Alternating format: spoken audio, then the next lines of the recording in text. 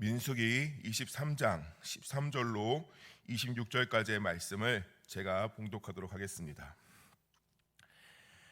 발락이 말하되 나와 함께 그들을 달리 볼 곳으로 가자. 거기서는 그들을 다 보지 못하고 그들의 끝만 보리니 거기서 나를 위하여 그들을 저주하라 하고 소빔들로 인도하여 비스가 꼭대기에 이르러 7제단을 쌓고 각 제단에 수송아지와 순양을 드리니 발람이 발라에게 이르되 내가 저기서 여호와를 만나 뵐 동안에 여기 당신의 번제물 곁에 서소서 하리라. 여호와께서 발람에게 임하사 그의 입에 말씀을 주시며 이르시되 발락에게 돌아가서 이렇게 말할지니라. 발람이 가서 본즉 발락이 번제물 곁에 섰고 모압 고관들이 함께 있더라. 발락이 발람에게 이르되 여호와께서 무슨 말씀을 하시더냐. 발람이 예언하여 이르기를 발락이여 일어나 들을지어다. 십볼의 아들이여 내게 자세히 들으라. 하나님은 사람이 아니시니 거짓말을 하지 않으시고 인생이 아니시니 후회가 없으시도다. 어찌 그 말씀하신 바를 행하지 않으시며 하신 말씀을 실행하지 않으시랴. 내가 축복할 것을 받았으니 그가 주신 복을 내가 돌이키지 않으리라. 야곱의 허물을 보지 아니하시며 이스라엘의 반역을 보지 아니하시는도다. 여호와 그들의 하나님이 그들과 함께 계시니 왕을 부르는 소리가 그 중에 있도다. 하나님이 그들을 애굽에서 인도하여 내셨으니 그의 힘이 들소와 같도다. 야곱을 해할 점술도 없고 이스라엘을 해할 복술도 없도다. 이때에 야곱과 이스라엘에 대하여 논할진대 하나님께서 행하신 일이 어찌 그리 크냐 하리로다. 이 백성이 암사자같이 일어나고 수사자같이 일어나서 움킨 것을 먹으며 죽인 피를 마시기 전에는 눕지 아니하리로다 하매 발락이 발람에게 이르되 그들을 저주하지도 말고 축복하지도 말라. 발람이 발락에게 대답하여 이르되 내가 당신에게 말하여 이르기를 여호와께서 말씀하신 것은 내가 그대로 하지 않을 수 없다고 하지 아니하더니까. 아멘. 이 말씀은 살아계신 하나님의 말씀입니다. 함께 감사드립니다. 오늘 말씀에서 모압 왕 발락은 선지자 발람을 비스가산 꼭대기로 데려갑니다. 거기는 이스라엘 진영 전체가 아닌 끝자락만 보이는 곳입니다.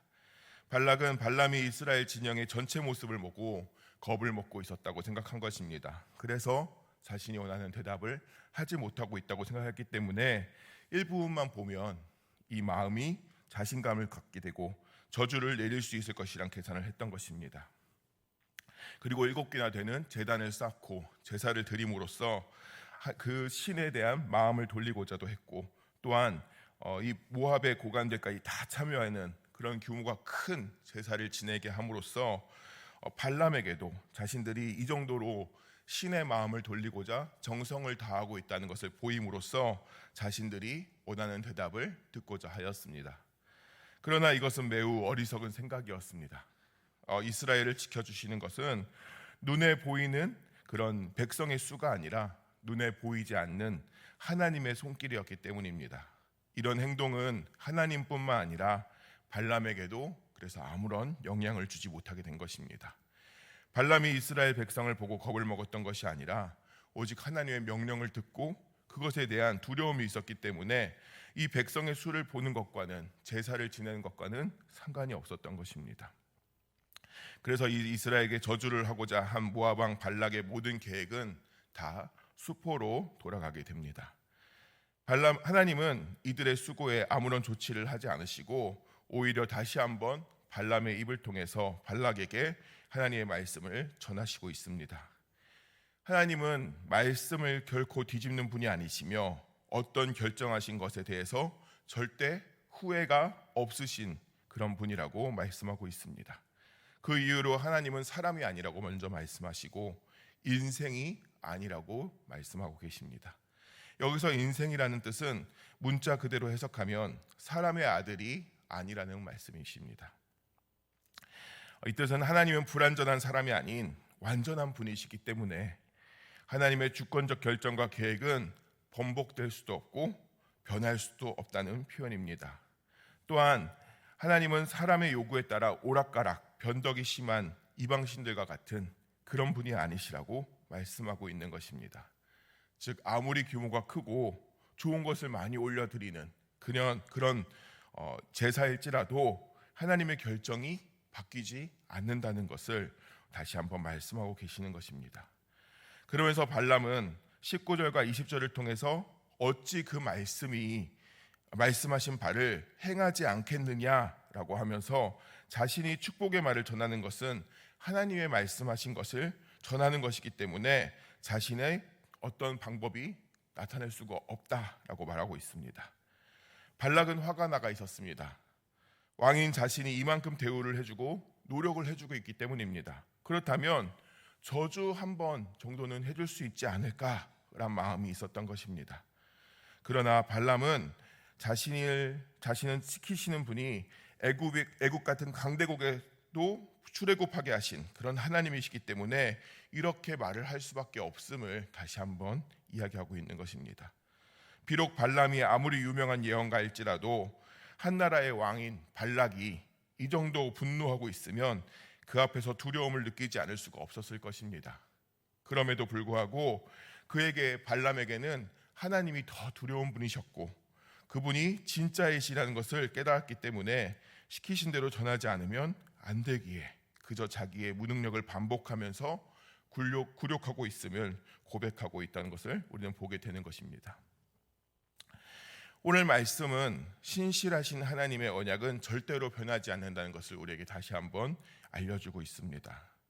어떤 방법을 써도 어떤 기도를 해도 하나님의 신실하심은 결코 변하지 않는다는 것을 우리에게 상기시켜주고 계신 것입니다. 여러분은 하나님께서 계획하신 것은 우리의 생각보다 우리의 계획보다 위대하며 선하심을 믿으십니까? 예, 아멘이라고 하셨습니다. 이 고백하신 것처럼 우리의 계획보다 위대하시며 가장 선한 길로 인도하시는 하나님이시기 때문에 하나님의 신실하심은 변할 필요가 없는 것입니다. 변하지도 않는 것입니다. 우리가 하나님께 기도해도 기적이 잘 일어나지 않는 이유는 그만큼 하나님이 신실하시기에 천지를 운행하시고 인류 역사를 이끌어 가시기 때문이기도 합니다. 일정한 속도와 방향으로 모든 것이 움직이게 하시고 섭리 가운데 이끌어 가고 계신 것입니다. 그러므로 만약 하나님의 뜻을 변개시키고자 한다면, 그런 생각을 한다면 어리석은 생각이 되풀이라는 것을 우리가 깨달아야 한다는 것입니다. 우리는 신실하신 하나님을 고백하면서도 이 신실하심에 하나님이 바뀌지 않는 것에 우리의 기도는 과연 필요한 것인가 라는 의문이 생길 수 있습니다. 우리가 기도를 할 필요가 뭐가 있겠냐, 하나님이 변하지 않는데 라는 생각을 할 수 있다는 것이죠. 그러나 사실 이 신실하심이 오히려 우리가 구원받을 수 있는 이유이며 이 신실하심으로 우리가 소망을 가질 수 있다는 것을 또한 함께 기억해야 하는 것입니다. 하나님의 신실함이 없다면 우리는 반복되는 죄로 인해서 용서받지 못하는 자가 될 수 있습니다. 어찌 보면 자신의 독생자 아들 예수 그리스도의 목숨까지 내어주시며 우리의 죄를 용서하여 주신 그 사랑을 우리는 여전히 매일 배신하고 살아가고 있기 때문입니다. 죄를 짓고 하나님 앞에서 온전하게 살아가지 못하고 있습니다. 우리가 어려운 형편의 사람들에게 선행을 아무리 베풀지라도 그 사람들이 변할 마음이 전혀 없다면 더 이상 도와주고 싶은 마음이 사라지듯이 하나님의 그런 마음에 우리가 이런 매일 같은 배신하는 이런 배은한 명득한 모습을 보인다면 하나님 또한 마음이 변하지 않겠습니까? 그러나 신실하심으로 인해서 우리가 용서받고 그 은혜 가운데 살아갈 수 있다는 것입니다. 또한 하나님께서 우리를 자녀 삼아 주신 것과 사랑한다고 약속해 주셨기 때문에 우리는 어떤 상황에서도 소망을 가질 수 있는 존재로 살아갈 수 있는 것입니다. 신실하신 하나님께서 약속하셨기 때문에 자녀로서 너무 부족한 자일지라도 자녀로 삼아주신 이 약속이 깨지지 않기 때문에 우리가 하나님의 사랑받는 자녀로 살아갈 수 있다는 것입니다.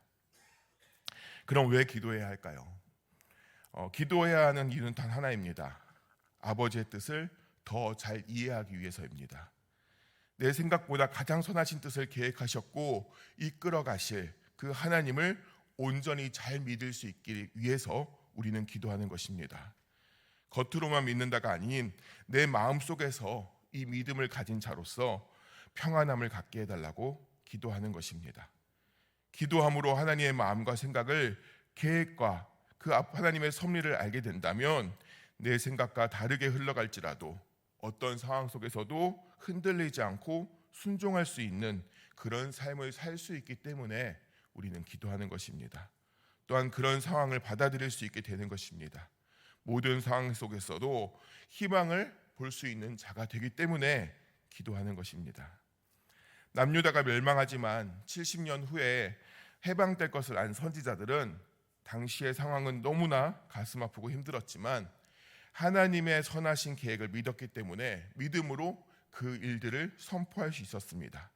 또한 그날을 기다리며 하나님의 하실 일들을 함께 준비해 나갈 수 있었던 것입니다. 즉 우리도 이와 같은 모습을 가지기 위해서 기도하는 것입니다. 물론 나의 필요를 구하고 기도하는 그런 기도가 틀렸다라고 말할 수는 없습니다. 그러나 우리의 필요까지 다 아시는, 아니 더 잘하시는 우리 아버지 주님을 신뢰하며 내 생각과 다를지라도 하나님의 뜻에 순종할 수 있고 믿음을 지킬 수 있기를 소망하며 기도하는 것이 하나님의 마음에 합한 기도라고 할 수 있다는 것입니다. 우리는 때론 자신을 하나님의 성품을 따르기보다는 지름길을 찾으려고 하고 하나님의 말씀에 순종하지 않으면서 자신의 이기적 욕망을 이루어 달라고 기도할 때가 적지 않습니다. 그러나 이는 그야말로 발람 같은 모습임을 우리는 기억해야 합니다. 우리는 영원토록 변함없이 신실하신 하나님의 자녀들입니다.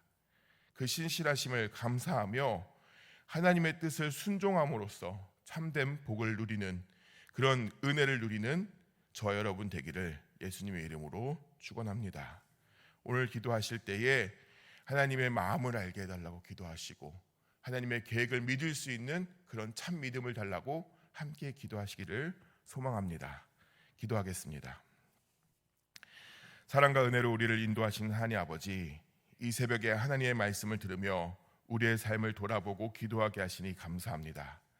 주님, 주님의 신실하심을 말씀을 통해 다시 한번 깨닫게 하시니 감사합니다. 또한 말씀을 통해 우리는 우리의 뜻에 맞춰 하나님을 바꾸려고 했던 행동이 있었음을 돌아보게 하시니 감사합니다.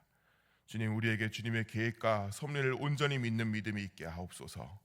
당장은 내가 원하는 답이 보이지 않을지라도 끝까지 하나님을 믿게 하시고 선하신 하나님이 이루실 날들을 소망으로 바라보게 하여 주시옵소서. 그 믿음 가운데 하나님과 동행하는 평안을 누리게 하여 주시고 또한 하나님이 나를 얼마나 사랑하시는지를 깨닫는 그런 참되고 복된 하루가 되게 하여 주시옵소서. 교회와 교회의 목회자와 직분자들을 위해서 기도합니다. 성령 충만함을 주시고 주의 일을 감당하는 데 어려움이 없도록 지켜보아여 주시옵소서. 늘 주 안에서 강건케 하여 주시고 기쁨으로 사역하는 청지기의 삶을 살아가게 하여 주시옵소서. 특별히 이번 주일부터 있을 장로 선출을 위한 선거를 위해 기도합니다. 주님의 뜻 가운데 귀한 일꾼들을 세워주시고 선거 중에 하나님의 개입하여 주셔서 은혜와 평강이 있게 하여 주시고 마음의 상처를 받거나 시험에 들지 않도록 지켜보호하여 주시옵소서. 환우의 성도들의 삶을 위해서 또한 기도합니다. 상하고 찢긴 마음을 위로하여 주시고 질병과 노고와 아픔으로 신음하는 성도들에게 성령 하나님 찾아가 주셔서 통증이 사라지게 하여 주시고 깨끗하게 낫게 하시며 치료의 강선을 받아사 회복되게 하여 주시옵소서. 또한 각 성도의 삶의 필요를 이 시간 간절히 구하오니 주님 모든 장소의 주인 되어 주셔서 함께하여 주시고 지켜주시고 보호하여 주시옵소서. 오늘 하루도 오직 주님만을 의지하오며 이 모든 간구를 예수 그리스도 이름으로 기도하옵나이다. 아멘.